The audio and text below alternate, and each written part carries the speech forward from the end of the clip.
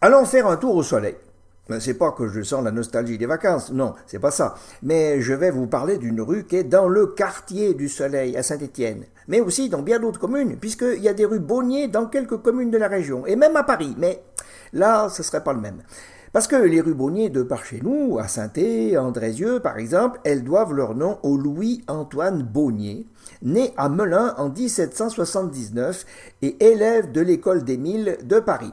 Il a participé à la création de l'école d'Émile de Saint-Étienne et il en est même devenu le premier directeur. Mais on lui doit surtout la création de la première ligne de chemin de fer de France et même, pour faire ronfler un peu de mieux, la première ligne de chemin de fer de l'Europe continentale, vu qu'en Europe, la première ligne de chemin de fer, elle a été créée en Angleterre, mais sur le continent, c'est entre Saint-É et Andrézeuil.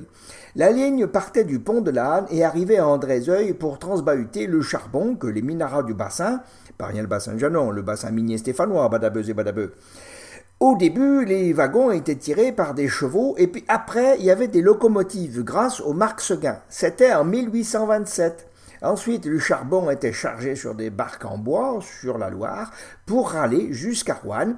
Et puis encore après, on le transvasait sur des barges plus grosses puisque la Loire devenait mieux navigable pour aller plus haut vers le nord, soit vers Nantes, soit sur les canaux de Digoin et de Briard. Mais au départ, le charbon était chargé sur des barques à fond plat qui étaient faites à Saint-Rambert et qu'on appelait les Rambertes.